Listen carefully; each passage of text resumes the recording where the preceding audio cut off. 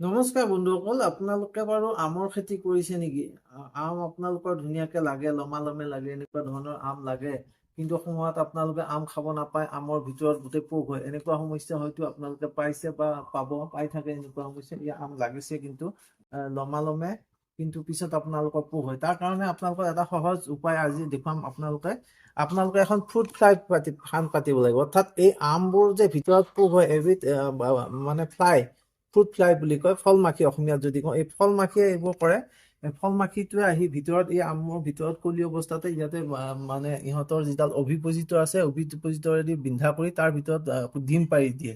আৰু আমটো যেতিয়া পুৰত হ'ব, পকিবৰ সময় হ'ব, সেই সময়তে আমটোৰ ভিতৰত সেই ডিমৰ পৰা পলু জগে।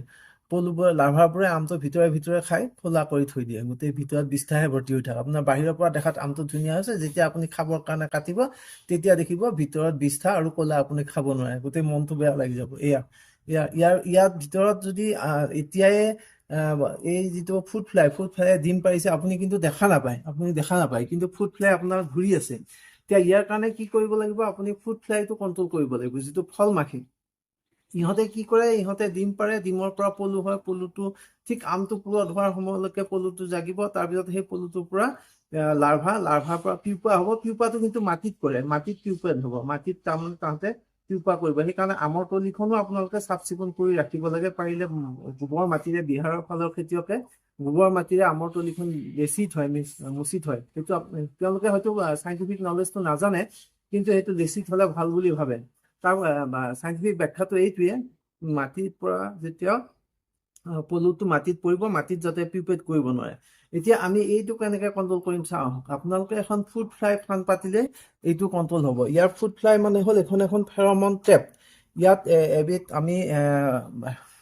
মই আপোনালোকক দেখুৱাব চেষ্টা কৰিম। এই ফাৰ্মখন আপোনালোকে অনলাইনো আনিব পাৰিব, অনলাইনতে পায় এইখন কিনিবলৈ। ইয়াত মেইন কথাটো হ'ল, মন্ত্ৰটো হ'ল, ইয়াত কিছুমান এনেকুৱা পেকেটত আপোনালোকৰ বিস্কুটৰ নিচিনা পেকেট কিছুমান আহিব, পেকেট এটা এটা আহিব এখন ফানৰ লগত। এইটো হ'ল ফেৰমন ট্ৰেপৰ মূল মন্ত্ৰ। এইটো কয় লিউৰ। এইটো প্ৰতিবিধ ফ্ৰুট ফ্লাইৰ কাৰণে বেলেগ বেলেগ। আমাৰ মেংগোত যিটো ফ্ৰুট ফ্লাই আহে, এইটো বেক্টচেৰা ডৰচেলিছ, নামটো নিশ্চয় মনত থাকিব আপোনালোকৰ, বেক্টচেৰা ডৰচেলিছ। এই নামটোৰ ওপৰত ভিত্তি কৰি ইয়াৰ ফেৰমন ট্ৰেপৰ যিটো লিউৰ, এই লিউৰটো বনোৱা হয়। এতিয়া এই লিউৰটো স্পেচিফিক। এই লিউৰটো আপোনালোকে কিনোতেই অনলাইনত লিখিব লাগিব যে pheromone trap for mango' fruit fly. তেতিয়া আপোনালোকক এইটো দিব। এইটো হ'ল ব্ৰেক্ট লিউৰ। লিউৰটোৰ নাম হ'ব ব্ৰেক্ট লিউৰ। এইটোৱে অকল মেংগ'ত যিখিনি ফ্ৰুট ফ্লাই আহে, বেক্টচেৰা ডৰচেলিছ, এই ফ্ৰুট ফ্লাইখিনি আকৰ্ষণ কৰিব। এই ফ্ৰুট ফ্লাইখিনি কি ধৰণৰ ফ্ৰুট ফ্লাই আহিব, তাকো এটা ৰহস্য আছে, বৰ ইণ্টাৰেষ্টিং। ইয়াৰ যিটো এই পেকেটটো খুলি যেতিয়া এই ফাৰ্মখনৰ ভিতৰত দি এনেকে লগাই দিব, ইয়াৰ গোন্ধটো কেওফালে বিয়পি যাব। এই গোন্ধটো মাইকী ফ্ৰুট ফ্লাইৰ দেহৰ গোন্ধ এটা ইয়াত আৰ্টিফিচিয়েলি দিয়া থাকে। এই মাইকী ফ্ৰুট ফ্লাইৰ গোন্ধটো যেতিয়া বিয়পি যাব, তেতিয়া ওচৰ পাজৰত যিমানবিলাক মতা ফ্ৰুট ফ্লাই আছে, সেইবোৰে ইয়ালৈকে বিচাৰি আহিব যে ইয়াত এজনী মাইকী তেখেতৰ লগৰী আছে। এই বিচাৰি অহাৰ পিছত ইয়াত এই ফাৰ্মখনত আহি এনেকে যেতিয়া এই তলফালে ফুটা আছে, দেখিছেনে? এই তলফালৰ ফুটাৰে ফাৰ্মখনত, এই তলফালৰ ফুটাৰে, এইফালে ফুটাৰে গৈ ইয়াত ফাৰ্মখনত সোমাই যাব। সোমাই যোৱাৰ পিছত এইটোৰ লগত অলপ কেমিকেলো থাকে। তাৰপিছত আহি যি মতা যিমানবিলাক ফ্ৰুট ফ্লাই, এয়া দেখিছেনে এইখন খনত কিমান ফচিছে, এইবিলাক মৰিছে। এইবিলাক মতা যিমানবিলাক ফ্ৰুট ফ্লাই আছে, ইয়াতে আহি সোমাই মৰিব।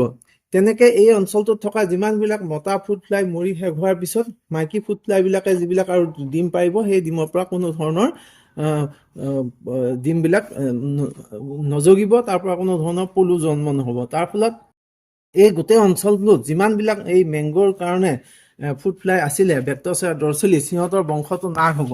অৰ্থাৎ মতাবিলাক মাৰি, এইটো মেইল এনিহিলেশ্যন টেকনিক বুলি কোৱা হয়। মতাবিলাক মাৰি মাইকীবিলাকৰ যদিও থাকে, তাহাঁতৰ প্ৰজনন ক্ষমতা নোহোৱা কৰি দিয়া হয়। সিহঁতে যিটো ডিম পাৰিব, সেই ডিমৰ পৰা কোনো ধৰণৰ পলু নহ'ব। এতিয়া ইয়াত আমি বজাৰৰ পৰা আপোনালোকে অনলাইনত এই ফাৰ্মখন পাব। ফাৰ্মখন আনি ইয়াৰ লগত পেকেটটো আছে, মই পেকেটটো ইতিমধ্যে খুলিলোঁ।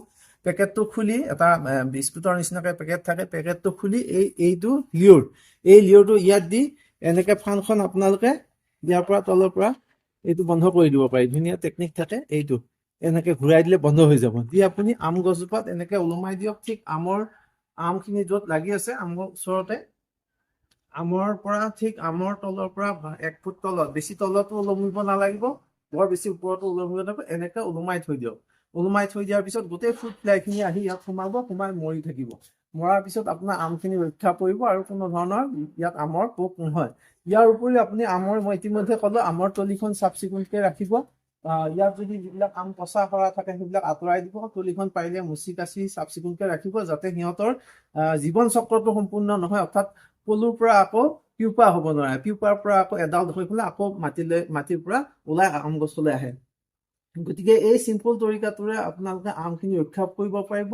আৰু এই ধৰণৰ ফেৰমন ট্ৰেপ ফান পাতি আমাৰ লাও, জিকা, ভোল, কোমোৰাটো ব্যৱহাৰ কৰিব পাৰি। কিন্তু কথাটো হ'ল যে কি, অকল যিটো লিঅ'ৰ বুলি মই দেখুৱালো আপোনালোকক, এই লিঅ'ৰটো বেলেগ বেলেগ থাকে। এইটো বেক্ট'চেৰা ডৰ্চেলিছ বেক্ট'লিঅ'ৰ, আকৌ লাও, জিকা এইবিলাকত থাকে বেক্ট'চেৰা কুকুৰবিটি।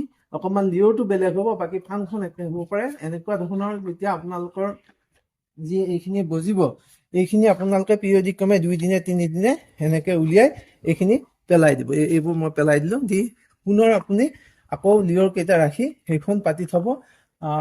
আকৌ এই অঞ্চলত যদি আৰু মতা আছে আহি সোমাই এইবিলাক চব মৰি ইহঁতৰ বংশটো ধ্বংস হ'ব। তাৰপিছত আপোনাৰ আমত কোনো ধৰণৰ পোক মানে ভিতৰত যিটো পোক হয় এই পোক নহয়, আমখিনি আপোনালোকে ভালকে খাব পাৰিব। গতিকে বন্ধুসকল, এইটো এটা সহজ তৰিকা।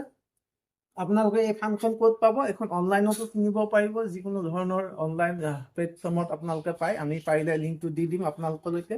এই লিংকত গৈ আপোনালোকে কিনি আনি এজোপা আম গছত এখন এনেকুৱা ফান পাতিলে আপোনাৰ আৰু কোনো ধৰণৰ এনেকুৱা সমস্যা নহয়। গতিকে আজিলৈকে ইমানতে সামৰিছোঁ। ধন্যবাদ। Thank U.